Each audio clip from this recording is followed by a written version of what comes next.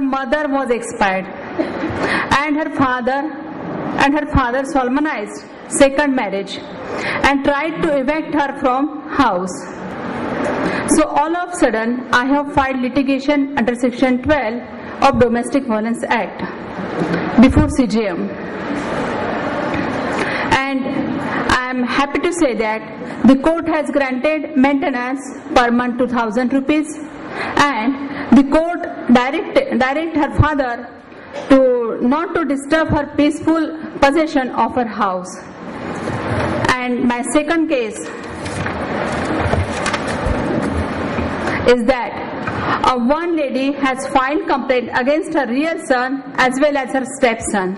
In this case, opponent has taken the objection that stepson does not come with the preview of definition of son. But court has rejected their plea and court granted 1,000 per month each of her son. And my third case is that Meera versus Suresh, who is anganwadi सेविका। जो मीरा है वो आंगनवाड़ी सेविका है और उसका husband जो है वो नायब तहसीलदार है।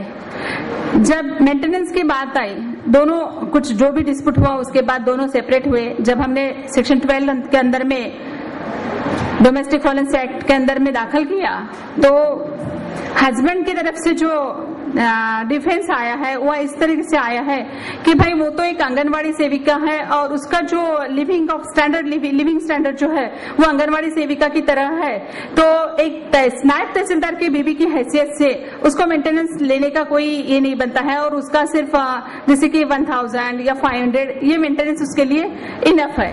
बट हमने जब कोर्ट को बताया कि उसका जो लिविंग स्टैंडर्ड होता है वाइफ का, वो हस्बैंड का जो अर्निंग है, हस्बैंड का जो लिविंग स्टैंडर्ड है उस बेस पे तय किया जाना चाहिए, ना ही कि उसका खुद का अर्निंग कितना हो रहा है या वो क्या कमाती है, वो कितना करती है।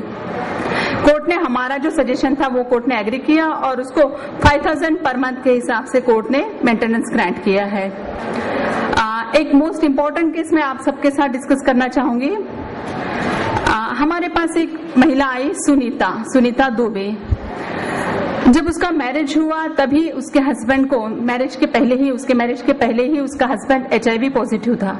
ये बात उस लड़की से छुपाई गई, लड़की के पेरेंट्स से भी छुपाई गई। आफ्टर मैरिज जैसे जैसे उसकी तबीयत और ज्यादा खराब होती गई तो ये सब बातें सामने आई और 2 या 3 साल में ही उसके हस्बैंड का डेथ हो गया। उसका हस्बैंड LIC एजेंट था, उसकी खुद की भी पॉलिसीज थी जो उसने नॉमिनी कुछ पॉलिसीज में वाइफ को बनाया था, कुछ पॉलिसीज में उसने अपनी माँ को बनाया था। जिस पॉलिसीज में उसने अपनी माँ को नॉमिनीज बनाया था वो पॉलिसीज का पैसा तो माँ ने ले ही लिया, साथ साथ जिस पॉलिसीज में वाइफ उसकी नॉमिनी थी उसमें भी उसकी माँ ने ज्वाइंट अकाउंट खुलवा के वो भी पैसा खुद विड्रॉ कर लिया कि भाई आगे तो हम तुम्हारा हम ही है देखने वाले वगैरह। और इसमें एक इम्पोर्टेंट बात बताने की है कि हस्बैंड की वजह से वो लड़की खुद भी HIV पॉजिटिव हो गई थी। आफ्टर मैरिज उसे भी वो प्रॉब्लम आ गया है और वो भी वो सब प्रॉब्लम्स फेस कर रही थी। उसकी भी तबीयत फिजिकली बहुत खराब हो गया था, बहुत वीक हो गई थी और उसको भी ट्रीटमेंट सब चालू था और उसके लिए उसके पास पैसा बहुत जरूरी था। हमने सेक्शन 12 के अंदर में जब कंप्लेंट दाखिल किया, लकीली हम लोगों को शायद तकदीर ने साथ दिया कि उन लोगों ने कंप्लेंट फेस नहीं किया और मैच्योरली उन लोगों ने सब कॉम्प्रोमाइज करके उस लड़की का जितना भी निकल सकता था पैसा, पॉलिसी का पैसा या फिर उसकी फैमिली में जितना भी उसका शेयर था, हस्बैंड का जो शेयर था, वो पूरा का पूरा उन्होंने लड़की को दे दिया है। इसी तरीके से हम लोगों ने और भी कुछ केसेस डिसाइड की है जिसमें हमें 700-800 इस तरीके से हमको मेंटेनेंस मिला है। लेकिन सिर्फ लास्ट में एक ही बात कहना चाहूंगी कि मेंटेनेंस मिलना तो बहुत आसान है लेकिन इसका एग्जीक्यूशन बहुत ही डिफिकल्ट होता है। Thank you. सुजाता पाटील, महाराष्ट्र।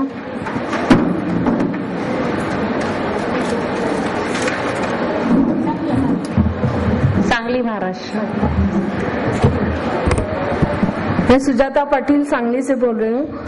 मैं मजलिस के 2007 की फेलोज हूँ। मजलिस में आने के बाद तभी डीवी एक्ट का जो 2005 में आया, लेकिन उसका इम्प्लीमेंटेशन तो हुआ नहीं था। बाद में मजलिस में हमको वो सब डोमेस्टिक वायलेंस के बारे में सब बताया था।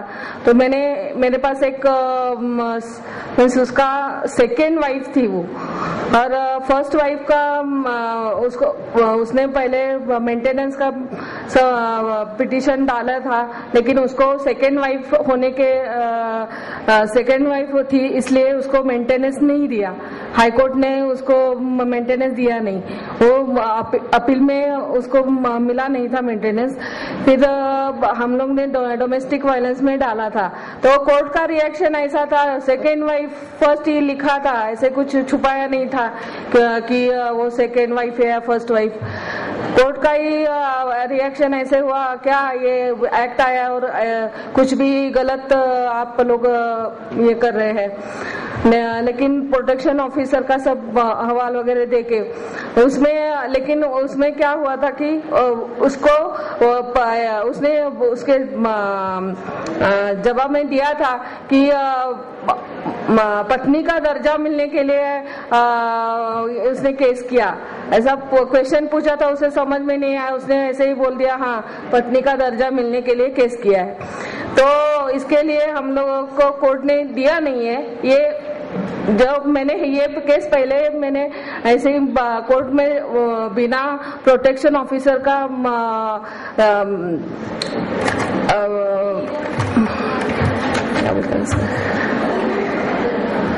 बिना प्रोटेक्शन ऑफिसर का रिपोर्ट बिना लिए डायरेक्ट दाखिल किया था। और दूसरा एक अभी अपील उसमें किया है मैंने, अभी चालू है वो।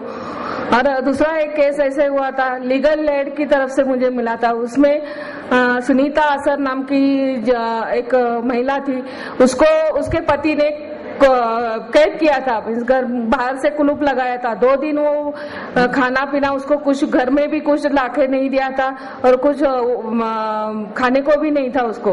उसने पड़ोसी की मदद से वो कुलूप तोड़ के वो जिला महिला बाल कल्याण खाते में गई, उधर प्रोटेक्शन ऑफिसर थ्रू कंप्लेंट दाखिल किया।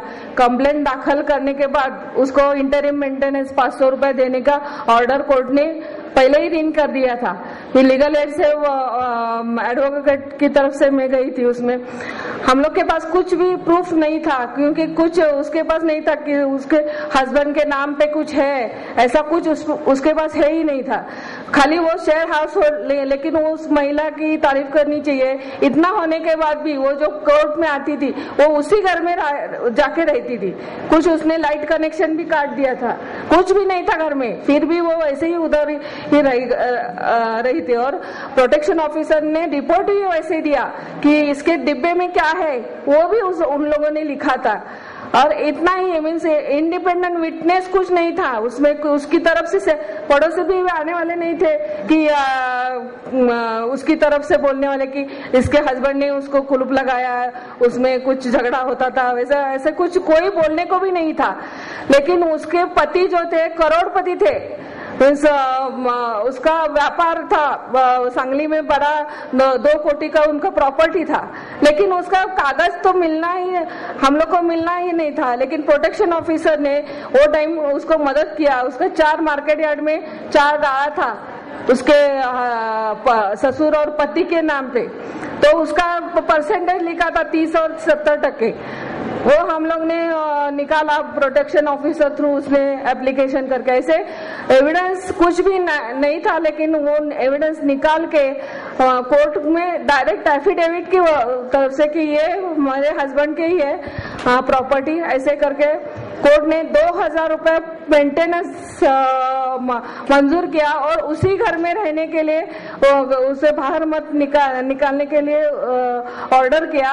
और जो बिल्स थे, पानी बिल, इलेक्ट्रिक बिल वगैरह, वो सब हस्बैंड ने भरने का ऑर्डर किया। ये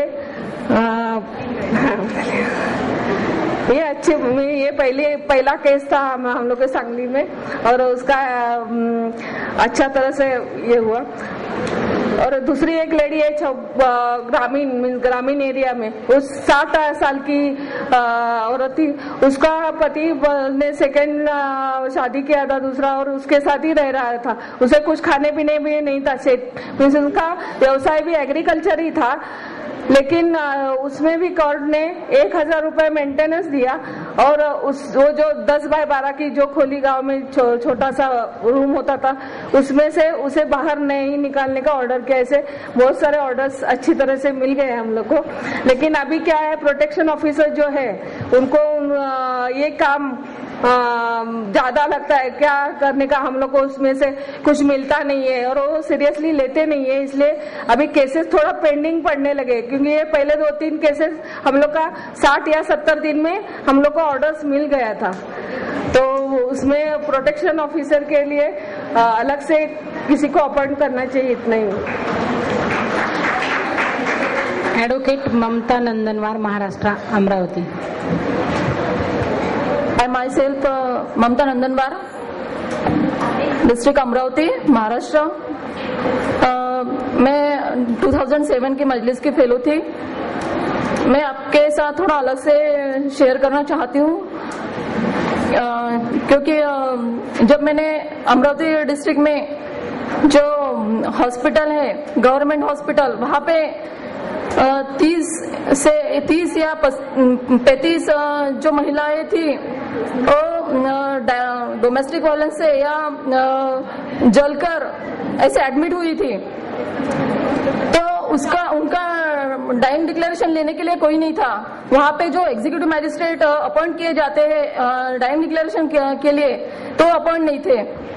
इसलिए हमने मजलिस की तरफ से मैंने इंफॉर्मेशन राइट की तरफ से एक उनको लेटर भेजा, और जब आप नहीं करेंगे तो मजलिस की तरफ से हम लोग उस पर एक्शन लेंगे, ऐसा उनको बताया। तो उन्होंने 10 दिन में उनको 15 दिन की सहूलत दी थी कि 15 दिन में आप एग्जीक्यूटिव मैजिस्ट्रेट अपॉइंट करो डाइंग डिक्लेरेशन के लिए।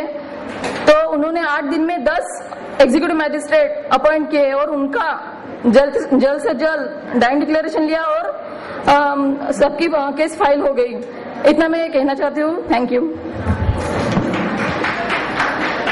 एडवोकेट मंजुषा दुधाटे, महाराष्ट्र, नहीं है का? एडवोकेट सरोज स्वामी, महाराष्ट्र, नहीं है ना? एडवोकेट नजमा, महाराष्ट्र।